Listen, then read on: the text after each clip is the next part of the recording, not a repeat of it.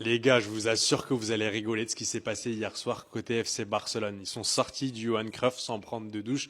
Il doit sûrement pas y en avoir pour en prendre une autre ailleurs. Donc ils ont pris le bus. Mais ce qui s'est passé, c'est qu'ils ont oublié deux joueurs. Et je vous assure, quand vous allez voir c'est qui, vous allez être choqués. Ils ont pas oublié Araujo.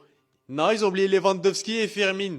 Regardez, ils sont en train d'appeler là. La preuve ici. On nous avait dit Christensen en Corée du Sud, c'était pas sûr et tout. Là, il y a les preuves là. Marca, ils ont tout filmé. Ils sont partis sans eux. Non mais franchement, c'est quoi ce club de fous? Comment ne pas aimer ce club? Comment ne pas aimer cette équipe qui est le pur divertissement? Le FC Barcelone a donc oublié deux joueurs qui ont marqué chacun un doublé. Donc il manquait plus que Rafinha et t'avais aucun buteur. Donc ce que je retiens moi dans ce truc-là, c'est que Valence est parti sans prendre de douche et qu'en plus de ça, il n'y a aucune organisation, les gars. Comment tu peux oublier tes joueurs? Comment tu fais pas l'appel? Tu vois pas? Tu pars pour prendre une douche ailleurs. Déjà, c'est lunaire. Et ensuite, tu pars sans ces joueurs.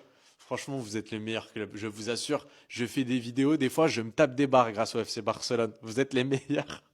Après la magnifique victoire 6-0 hier contre Valence, on apprend aujourd'hui, d'après Marca, les gars, qu'après le match d'hier, l'équipe a oublié de prendre Lewandowski et Fermin dans le quart. Les deux sont restés du côté du stade Johan Cruyff. Et concernant cette victoire 6-0, ça faisait longtemps qu'il n'y a pas eu un 6-0 pour le Barça. La dernière fois, les gars, c'était en février 2017. À noter que Fermin Lopez, homme du match, il a réalisé une performance XXL. Donc il a joué le match entier, 2 buts, une passe D, 89% de précision de passe, 3 longs ballons réussis sur 3 tentés, 2 grosses occasions créées, 4 duels au sol gagnés. Vraiment une grosse performance de la part de Fermin Lopez. Concernant le but, Juan Garcia, donc un clean sheet pour lui parfait. Et surtout, il a réalisé et réussi 100% de ses passes. Pas une passe loupée pour le gardien du FC Barcelone. On peut parler aussi de Rafinha, les gars, auteur d'un doublé. Et les équipes contre lesquelles Rafinha a marqué le plus de buts avec Barcelone. Donc il y a le Real Madrid 5 fois. Et Valence, déjà son 4e but dans sa carrière contre l'équipe du FC Valence. Pour Lewandowski, hier, c'était son 150e match du côté du FC Barcelone. Et à noter que Koundé a joué lui son 100e match en Liga avec le Barça. Donc il devient ainsi le 4e joueur français à réaliser cette performance. Donc Koundé 100. L'Anglais a joué 105 matchs avec le Barça en Liga. Abidal 125 et le record c'est Ousmane Dembélé 127. Et c'est bien confirmé les gars, le Barça devrait revenir au Spotify Camp Nou lors du match contre la Real Sociedad prévu dans 2 semaines. Donc le match quelques jours après contre le Paris Saint-Germain en Ligue des Champions devrait également se jouer du côté du Camp Nou.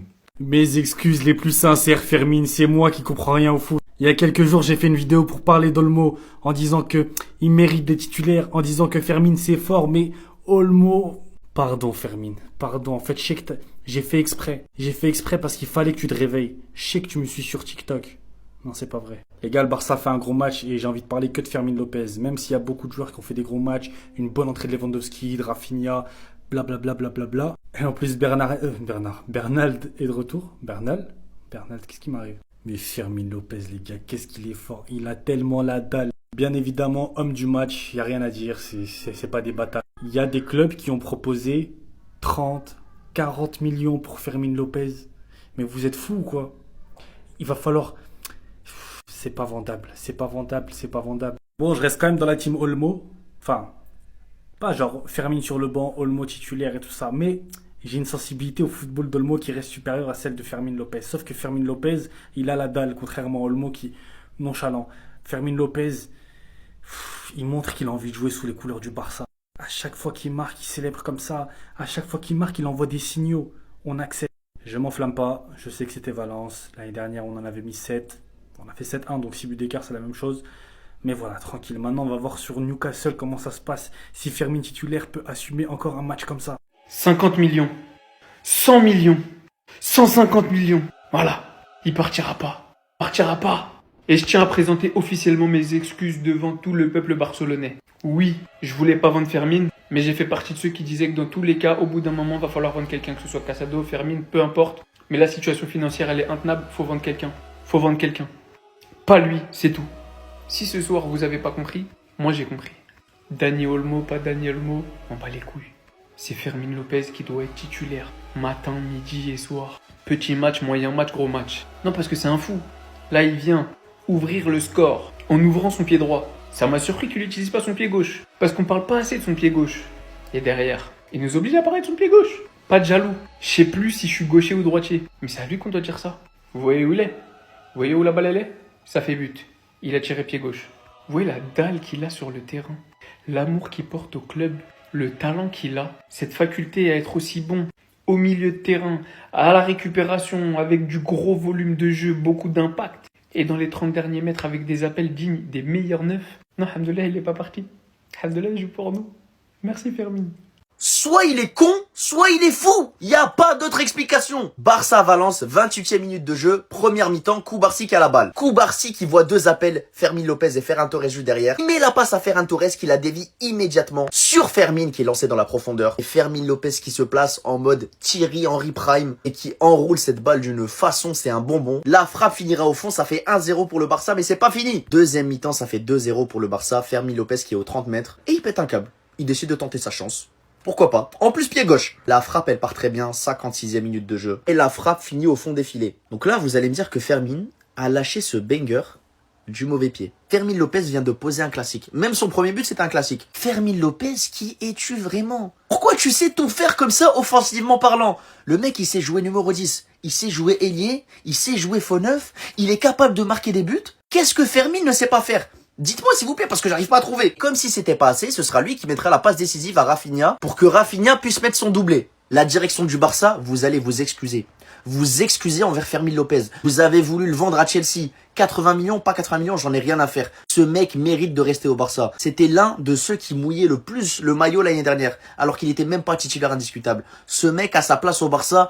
Hansi Flick avait raison tous les jours. Bellingham est déjà dans le groupe et sera présent pour affronter Marseille demain. Mais c'est quelle bête physique qui s'est fait opérer il y a quelques mois? Bellingham et Camavinga sont de retour, et des retours qui feront du bien à Madrid. Je me demande ce que Xabi Alonso va faire. Si quand Bellingham sera de retour à 100%, il va donc remettre Arda à droite et remettre Bellingham à son poste. Bref, je sais pas, on verra. J'espère que Bellingham va venir un peu foutre la merde parce que là au Real, je trouve que tout se passe un peu trop bien. La connexion Arda-Mbappé, Mbappé qui est en pétard, Rodrigo qui accepte d'être un remplaçant, Carvajal qui bench Alexander-Arnold, Militao qui revient à un bon niveau, Hussein le patron de leur défense, Carreras qui se comporte comme s'il est là depuis des années, Chouameni qui est méconnaissable. Enfin bref, tout se passe un peu trop bien. J'espère que le light skin va venir un peu foutre la merde. Enfin bref, on verra qui va remettre les pendules à l'air. Pour l'instant, il y a 1-1 balle au centre. Saison 2023-2024 pour Bellingham, 2024-2025 pour Pedri. Maintenant qu'il a l'épaule réparée, on veut plus d'excuses. Là, on veut plus d'excuses. La saison dernière, on nous a expliqué que ouais, que c'est parce qu'il avait des problèmes à l'épaule, que c'est pour ça, que sinon Pedri il le connaît pas. Cette saison, on pourra vraiment régler nos comptes. Et franchement, les gars qui soient déjà de retour et dans le groupe pour aller affronter Marseille demain, c'est impressionnant. Je suis dégoûté, sinon je l'aurais mis dans mon équipe MPG. Et je savais pas qu'il allait revenir aussi vite.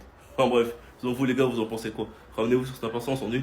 Le groupe du Real Madrid pour affronter Marseille en Ligue des Champions, il y a des super retours. Mais avant ça, le Real Madrid et l'UEFA sont en colère étant donné qu'il y a eu un contrôle antidopage fait par la Liga ce matin au centre du Real Madrid, ce qui fait qu'ils ont empiété sur l'entraînement. Ils l'ont retardé d'1 heure et ce qui a tout décalé d'1 heure, la conférence de presse, etc.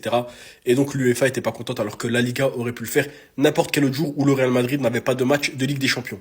Je vous disais en début de vidéo, on a les gars, le retour de Bellingham et Camavinga dans le groupe pour affronter Marseille en Ligue des Champions. Ce qui veut dire que Bellingham va probablement avoir des minutes, que ce soit contre Marseille si le score est large, ou alors ce week-end, Bellingham est en train de revenir. Les gars, Bellingham, il devait revenir mi-octobre de base. C'est une bête physique. Il est incroyable. Il revient avec 1 mois d'avance. Et à l'inverse, Camavinga qui devait revenir il y a 2 ou 3 semaines, lui revient enfin. J'espère aussi qu'il aura quelques minutes. J'espère qu'il va pouvoir rentrer dans le schéma de Xabi Alonso et pouvoir faire souffler un petit peu les Valverde, les Tchouaméni, etc. Maintenant, je vous avoue que la nouvelle qui me hype le plus, c'est vraiment le retour de Bellingham, étant donné qu'enfin, on va peut-être pouvoir jouer en 4 défenseurs, 4 milieux et 2 attaquants avec Vinicius et Mbappé en pointe, chacun dans des axes droit et axe gauche.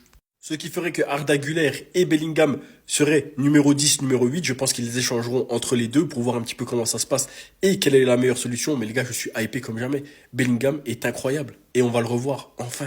Xabi Alonso, t'es dans un dilemme là. Comment tu vas réagir à ça? Avant même de passer à ce que Mbappé l'a fait, le retour du meilleur 8 du monde dans le groupe pour le match contre Marseille. Le retour aussi de Camavinga encore une fois. Espérons qu'il ne rechute pas comme à son habitude. En conférence de presse ce matin, Xabi Alonso, il avait pas l'air énervé. Malgré que Mobutu, il soit arrivé 2 minutes en retard. Et carrément, on lui a demandé si Kylian Mbappé était un leader. Il a dit oui, aucun doute là-dessus, sa personnalité, son expérience font déjà de lui l'un des leaders. Mbappé a déjà affiché ses intentions pour demain, il peut pas le mettre sur le banc. J'ai beaucoup marqué contre eux, jouer contre Marseille, ça va me rappeler de bons vieux souvenirs, j'espère. Pablo Longoria, le président de Marseille, qui rajoute: à chaque fois que j'ai affronté Mbappé, j'ai fini par souffrir. Et c'est normal. Ah, attention, hein, Bélec, à tout moment, Mbappé, il est sur le banc demain. Bref, ce week-end, Xabi Alonso a sorti Vinicius à la 70e. Mais il s'est expliqué avec lui et il lui a simplement dit qu'on avait juste besoin de défenseurs à ce moment-là. Sinon, demain, il sera bel et bien titulaire contre Marseille. Le retour de Bellingham dans le groupe, les gars, moi je suis surpris. Je sais pas s'il aura des minutes, mais les gars, son épaule, il s'est passé quoi là? Revenir aussi vite dans le groupe alors qu'on l'annonçait plutôt début octobre. Je sais pas si on n'est pas plutôt en train de précipiter les choses. Sinon, demain, je suis impatient de voir comment Xabi Alonso va gérer tout ça. Et voilà les gars, demain on va commencer à la maison. Et après, apport là, 20, 30, 40, comme vous voulez.